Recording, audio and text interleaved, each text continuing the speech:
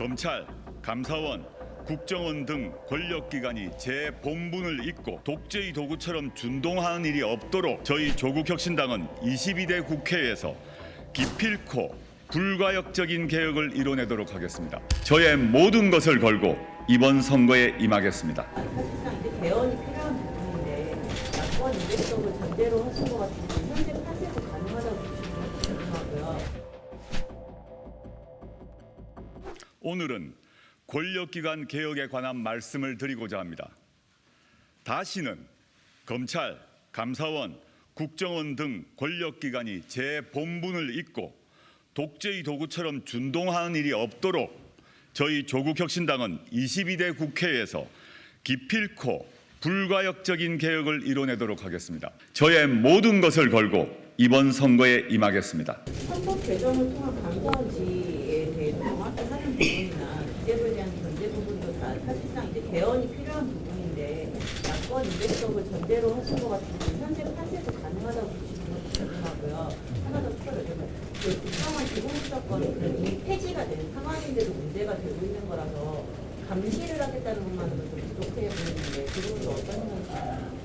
저희가 그래서 저 발표문에 보시면 개헌을 전제로 하는 저희의 방안과 개헌되기 전이라도 어떻게 하겠다라고 구별되어 있습니다. 보시면 되고, 그래서 저희가 지금 현재 200석이라는 게 얼마나 어려운 과제겠습니까? 정말 쉬운 과제가 아니라고 생각을 합니다. 그렇지만 궁극적으로는 그런 방향으로 가야 된다라는 말씀을 드린 것이고, 개헌은 참으로 어려운 일이기 때문에 개헌 전이라도 법률을 통해서 또는 법률 아닌 그 법률 개정은 아니라 하더라도 국정감사건 국정조사건 여러 가지 방식으로 이 현재 권력기관을 통제하겠다는 그런 말씀입니다. 두 개는 구별해서 판단했으면 좋겠다 말씀드리고, 아까 두 번째 질문 제가 약간 헷갈려가지고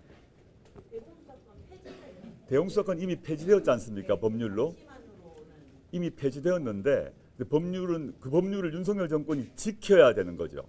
그리고 실제 대공수사권 이미 폐지되어 가지고 법률의 규정에 따라서 그 국정원의 대공수사 인력을 경찰로 보내는 작업, 그다음에 경찰 내 대공수사 요원의 능력을 훈련시키는 작업들을 지금 하고 있어야 됩니다.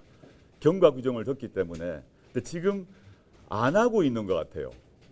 제가 보기에는, 저희가 보기에는 원래 법률은 이미 바꿨기 때문에 국정원과 경찰이 고위 협의체를 만들어서 업무 이관 문제, 그다음에 국정원이 지금까지 해왔던 여러 가지 대공수사 능력이 있을 거 아닙니까? 그걸 전수하는 문제, 그다음에 또 파견하는 문제, 그 경찰 내 대공수사국의 요원들을 또 새롭게 훈련한다거나 모집한다거나 이런 작업들이 진행되고 있어야 되는데, 지금 국민의힘에서 얘기하는 여러 가지 발언들을 보게 되면 그 이미 폐지된 대공수사권을 돌리겠다고 하고 있어요.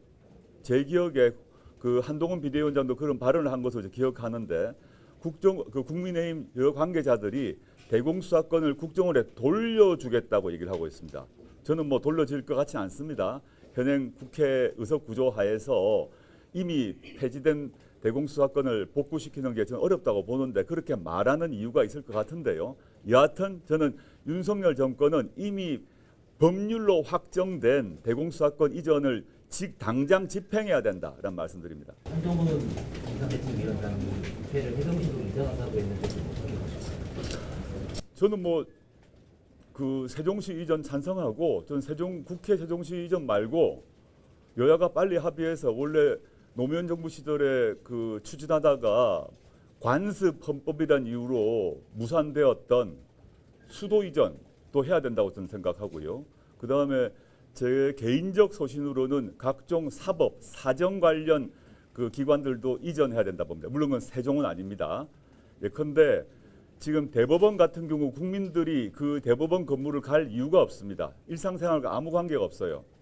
대검찰청, 일반 시민들이 갈 이유가 하나도 없고 다 없습니다. 감사원, 헌법재판소 다 마찬가지입니다. 대법원, 헌법재판소, 감사원, 대검찰청이 서울에 있어야 될 이유가 없다고 보고 있고, 예를 들자면 헌법재판소가 전주에 있고 대검찰청이 대구에 있고 그다음에 대법원이 광주에 있지 않을 이유가 없습니다. 시민들의 불편이 하나도 없어요. 이런 식으로 지방 분권 정책을 강하게 해야 된다는 게 제 생각이고, 지금 말한 그 사정기관, 넓은 의미에서 사법기관, 사정기관의 그 지방 이전은 헌법 개정이 필요 없습니다. 이재명 대표께서 지금 조국혁신당에 대해서 사실 민주당이 독자적으로 과반수가 돼야 된다 이렇게 김어준 뉴스공장에서 말씀하셨는데요. 그 부분에 대해서 어떻게 평가를 하시는지 여쭙고 싶습니다. 민주당이 독자적 과반수 되는 거 전 좋은 일이라 생각합니다. 한동훈 비대위원장에게 그 1대1 토론 제안을 했었는데 네. 지금도 유효하신다면 어떤 입장을 좀 제가 사실 여러 번 오늘 진짜 창당 선언 후에 여러 기자회견 또는 기자 간담회 등에서 얘기를 했고요. 또 제가 창당 선언하고 창당대에서 당대표로 선출되고 난 뒤에 정식 예방을 하겠다고 저희 비서실장 통해서 한동훈 비대위원장의 비서실장에게 연락을 했고 지방 일정 때문에 어렵다고 얘기를 했습니다. 제가 당대표로서 한동훈 비대위원장을 정식으로 예방하고 싶고 그 자리건 또는 다른 자리든 간에 이런 모습으로 카메라 앞에서 두 사람이 나란히 서서 국민들이 보는 앞에서 언론 카메라가 다 공개된 상태에서 제가 한동훈 위원장에게 인사를 드리고 두 번째 지금까지 언론 통해서 던졌던 여러 가지 질문이 있거든요. 제가 많이 공개적으로 던진 질문이 있는데 답을 하나도 안 하신 것 같아서 그런 자리가 속히 마련되어서 저는 방송 스튜디오는 필요 없다고 생각해요. 이런 자리에서 얼마든지 만약에 그런 시간을 내주신다면 제가 지방에 있더라도 올라와서 국회에서건 또는 국민의힘 당사이든 상관없습니다.